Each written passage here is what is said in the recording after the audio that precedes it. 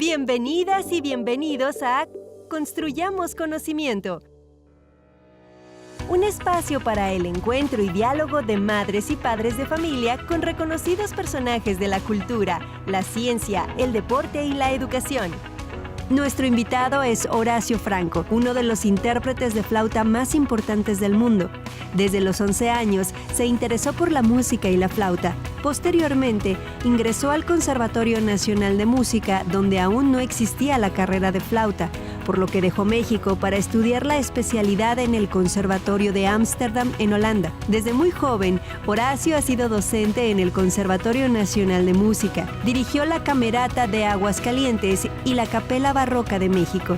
Actualmente combina sus presentaciones en diversos escenarios del mundo con la participación en proyectos educativos, además de actividades cívicas y sociales en México. Horacio viste playera negra con pantalón gris claro a cuadros. Tiene barba y bigote ligeros que resaltan su sonrisa y mirada vivaz. Es una persona de edad madura y estatura media, con un físico delgado bien ejercitado.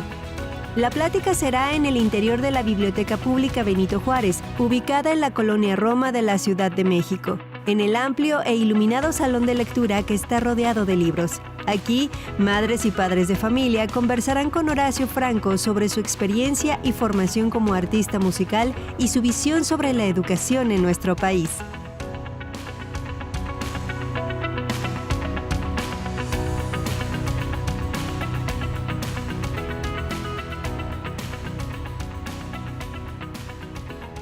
Hola, ¿qué tal a todos? Muy feliz de estar charlando con ustedes en Construyamos Conocimiento.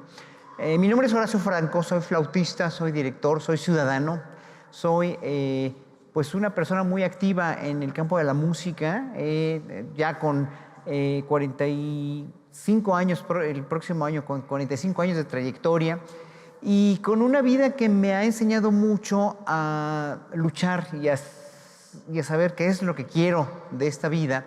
Pues les cuento más o menos cómo fue mi educación y mi infancia. Yo fui el más pequeño de 7 hermanos, un niño muy consentido por todos mis hermanos, mucho más grandes que yo, y también por mis papás.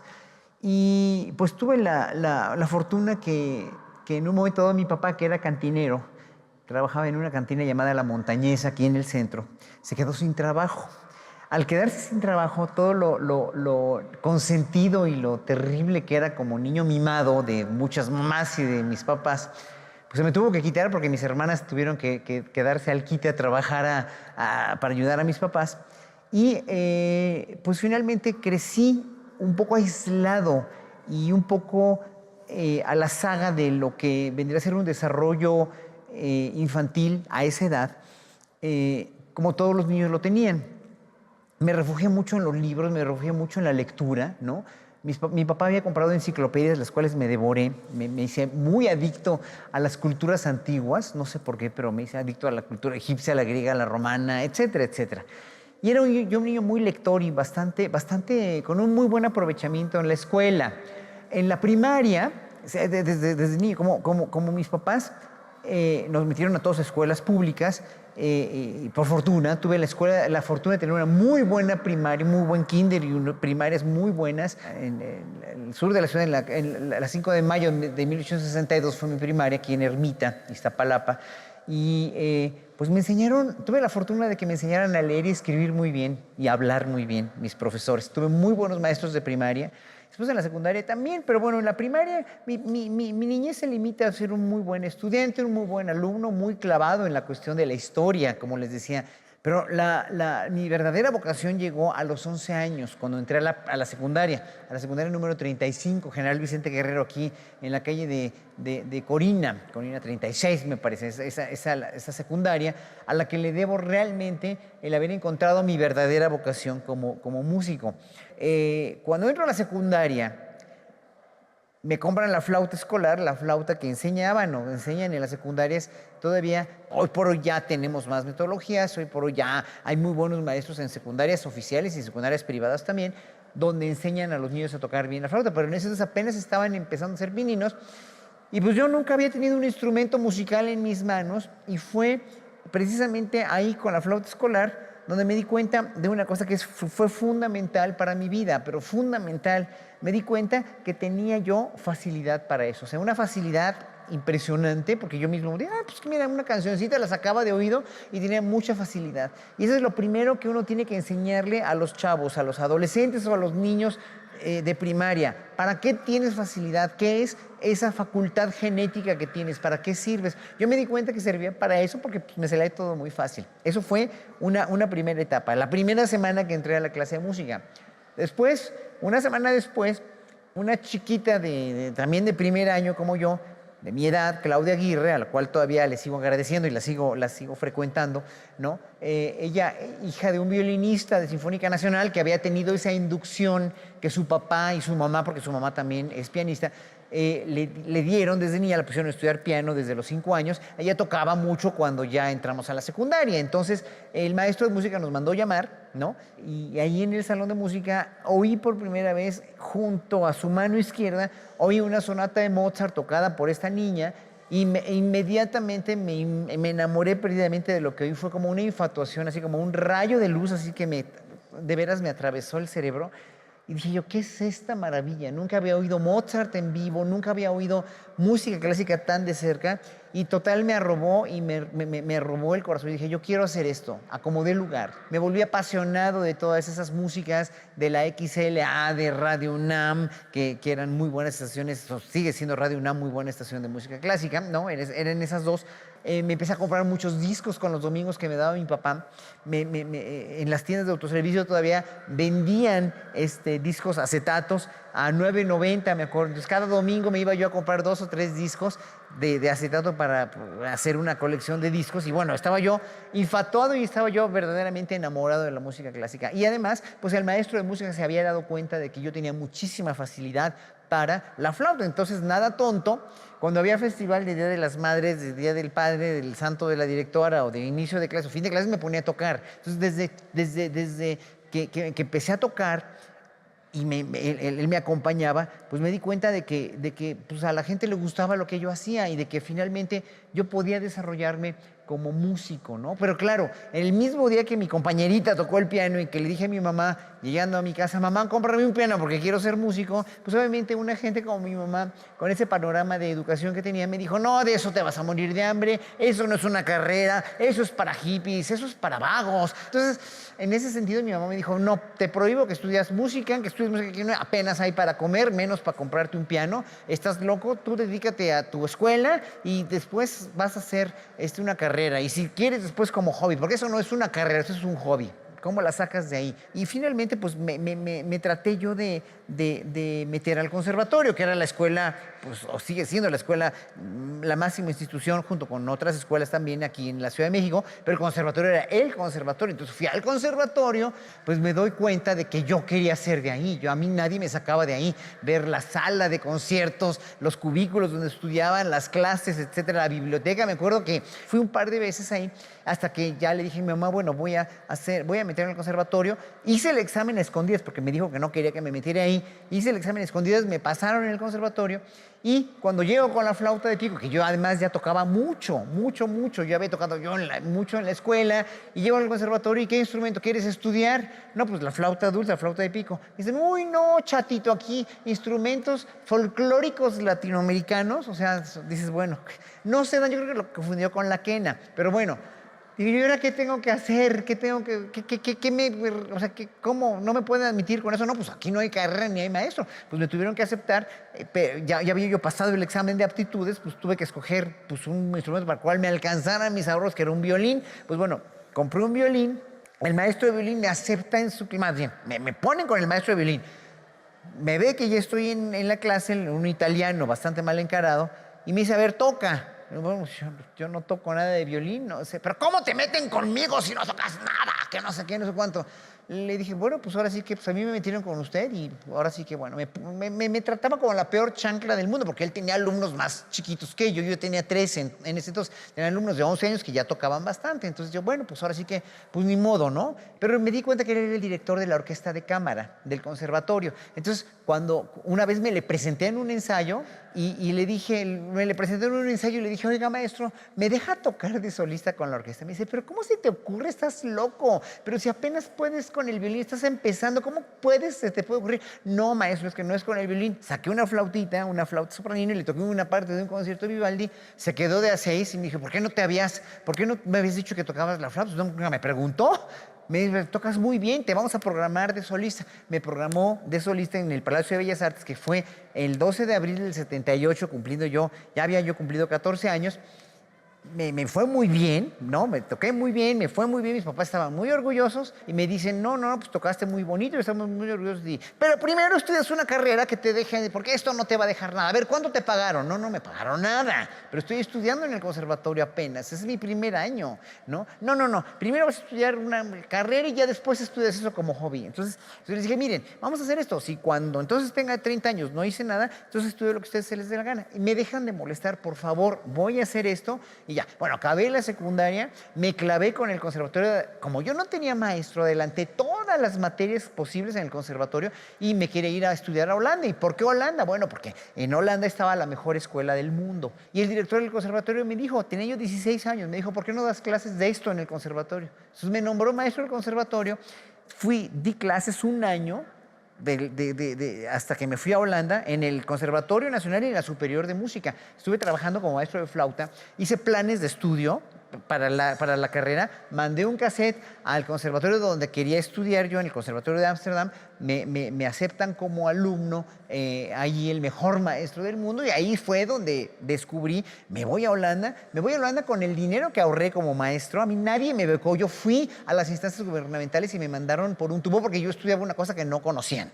Simplemente esto no hay aquí, te vas al diablo. Bueno, ese año ahorré dinero para eso. Mis papás ya decían, con este hay que tener cuidado porque mejor se va derecho y no se quita. Entonces ahorré y me gané un premio por un artículo que escribí y que lo metí a un concurso en la Enciclopedia Británica, que en ese entonces, en 1981, eran $6,000. O sea, yo me fui con $10,000 o $12,000 que había yo ganado solito de mi trabajo. A mí nadie me puso nada, a mí nadie me dio ni palancazo. Hasta hoy, en el día de hoy, en la vida, no me interesa pedirle nada a nadie, frías a nadie. Pero bueno, entonces me voy a Holanda y ahí me doy cuenta de lo que es verdaderamente estudiar en la mejor escuela del mundo, porque sí era la mejor escuela del mundo. Entonces, mi vida musical, después de haber regresado a México, ¿por qué me regresé a México? Yo quería en México hacer algo que fuera verdaderamente trascendente para el país y me regresé a México para empezar a formar flautistas. Después hice una carrera aquí en México, comisioné obras, empezando por el gran compositor que acaba de morir hace menos de un año, Mario Lavista. Escribió la primera obra contemporánea para flauta dulce sola, que se llama Ofrenda. La estrené en 1987 y a partir de entonces me han dedicado obras, más de 150 compositores, he estrenado muchas obras mexicanas y extranjeras y me volví director también a partir de 1993 por una iniciativa del entonces director del Cervantino, Sergio Vela. Bueno, entonces además me volví director de música barroca y aparte de todo, pues ya empecé a viajar por todo el mundo haciendo conciertos, haciendo lo que me gusta. Entonces, finalmente, mi carrera se puede englobar en una palabra, que es la búsqueda a partir del trabajo. Bueno, pues esa fue mi exposición. Entonces, pues vamos al siguiente etapa, que son sus preguntas, ¿no? Entonces, estoy muy ávido de responder las preguntas que ustedes quieran hacer, lo que quieran preguntar. Soy un libro abierto. Buenas tardes. ¿Consideras fundamentalmente que los niños y niñas y jóvenes aprendan música en las escuelas y por qué? Es fundamental y esa es una pregunta que vale oro. La música es una de las áreas del ser humano, de las áreas del quehacer humano, que desarrollan muchísimo partes del cerebro que no desarrollan otras ciencias u otras materias. Y el problema con esto es que en México nunca se ha considerado algo fundamental dentro de los proyectos de educación. Hoy por hoy se está empezando y eso es un gran aliciente.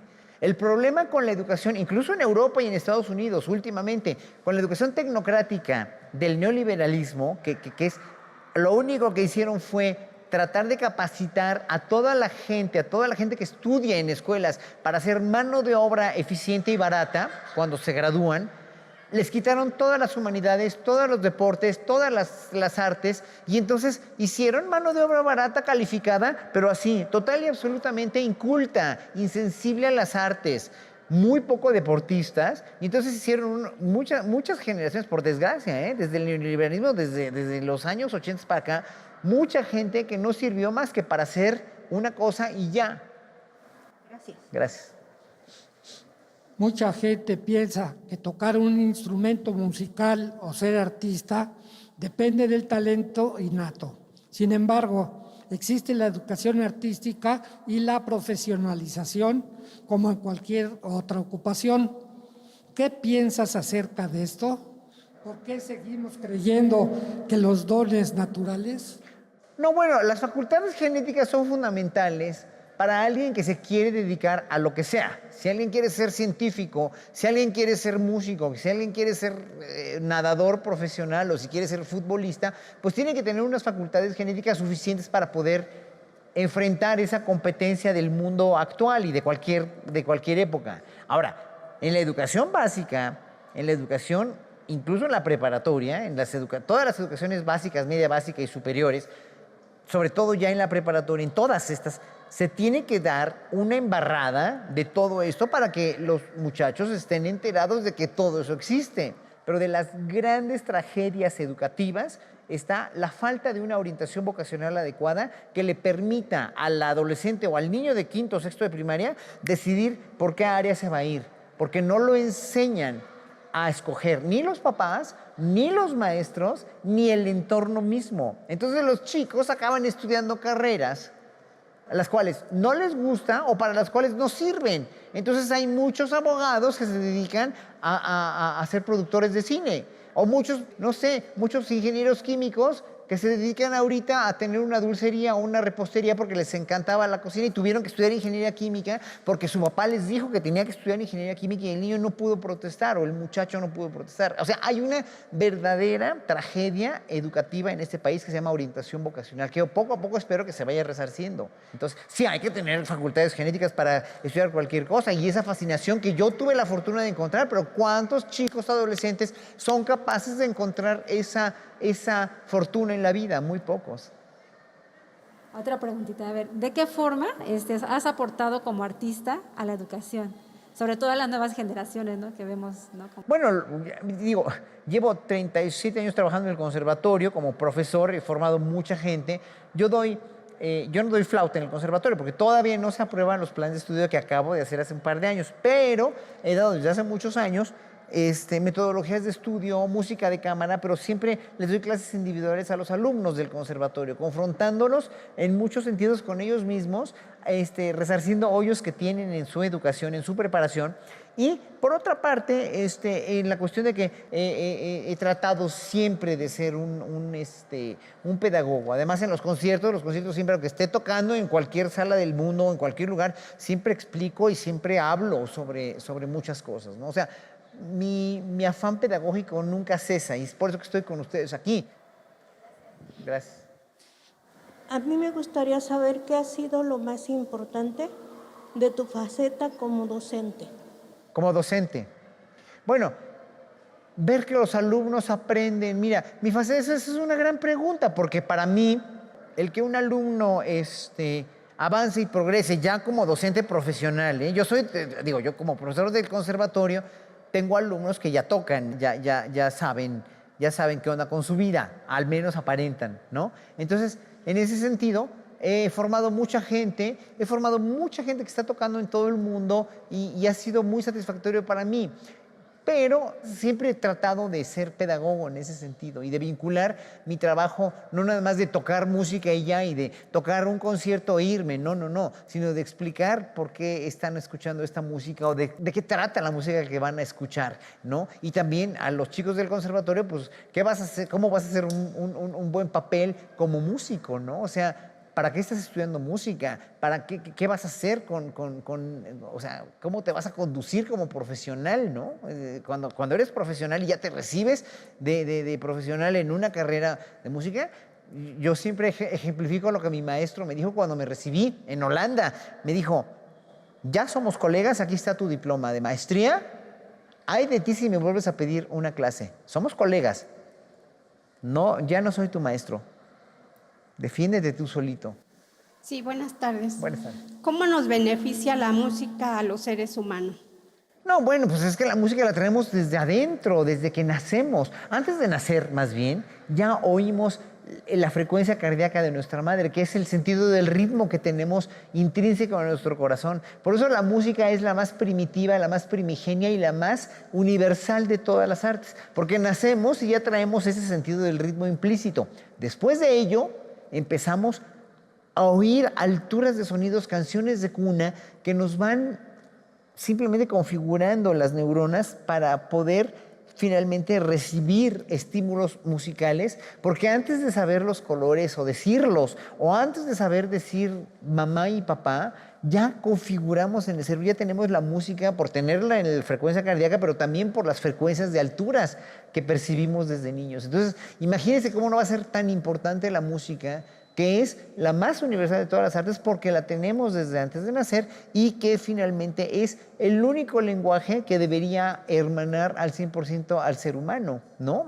Porque antes de cualquier arte, de cualquier otra arte, finalmente está la música, que es la más primigenia. Estimula, coadyuva, incentiva a que el cerebro trabaje de otra manera diferente, tanto escucharla como hacerla. Y los que hacemos música somos privilegiados porque podemos de veras usar muchas otras partes de un cerebro que no se ocupa cuando no se hace música. Sí, ¿de qué nos sirve conocer la historia de la música mexicana desde dentro y fuera de las escuelas?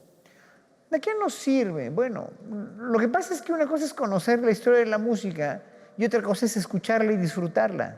Entonces, para mí no tiene ningún sentido conocer la historia de la música mexicana si no la escuchas, ¿no? No tiene ningún sentido saber que los indígenas voladores de Papantla tocan una flautita con 2 orificios y un tambor si no lo escuchas y si no te gusta y si no estás acostumbrado a oírla. No te sirve de nada escuchar sobre las canciones populares de los trovadores yucatecos si no la conoces, si no la disfrutas.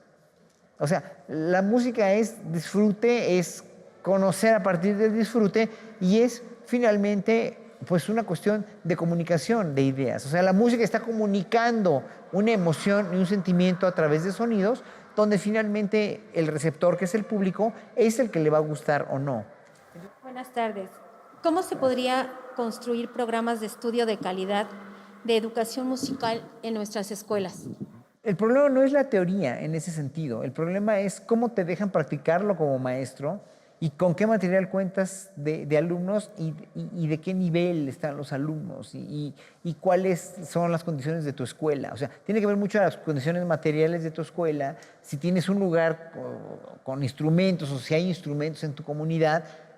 Todo depende. O sea, el hecho de hacer un plan de estudios para todo el país es una utopía porque todo el país está dividido en muchas regiones y es muy, muy complicado. Yo lo que haría, antes que nada, es como no es nada más tener un instrumento, mejor canten, enseñar a hacer agrupaciones corales, hacer del canto coral, que es un canto, que es una actividad colectiva maravillosa. Hay que hacer del canto coral uno de los bastiones más importantes comunitarios de este país. Y con ello vas a lograr mucho también. O sea, es muy importante que en los planes de estudios siempre se incluya el canto coral. ¿Por qué? Porque todas las culturas, sobre todo las culturas de las que venimos nosotros, que ya es la española, todas las culturas europeas han demostrado que Cuando se tiene un coro en la iglesia, cuando se tiene una agrupación de cantantes en la escuela, un corito en la escuela, los niños colectivizan de una manera muy diferente.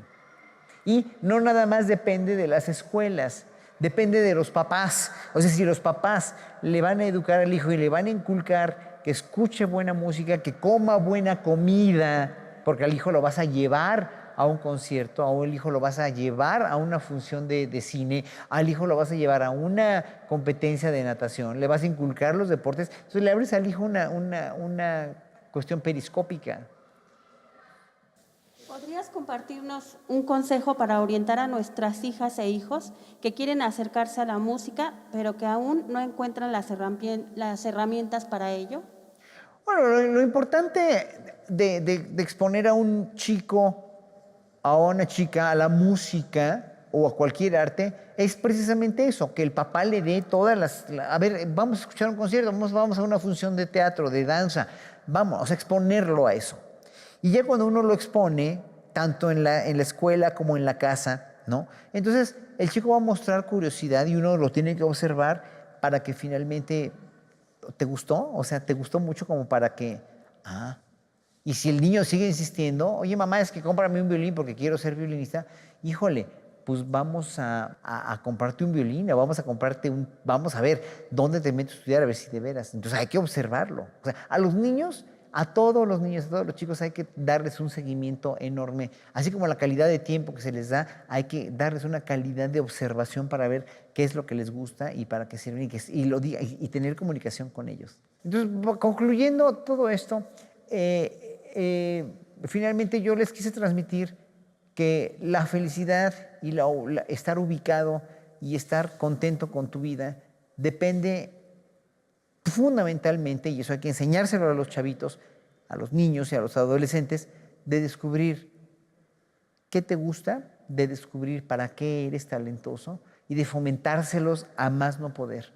¿Por qué? Porque con eso van a adquirir las armas para ser profesionistas exitosos y con ello profesionistas felices, que van a vivir honestamente, que van a trabajar de una manera realmente mucho más encauzada que si no lo tuvieran. Entonces, pues muchas gracias por estar aquí. Concluyo. Fue un placer estar charlando con todos ustedes y pues ojalá que lo puedan aplicar a todos los hijos o los nietos o los sobrinos que tengan, porque yo he tratado de hacerlo así también. Gracias.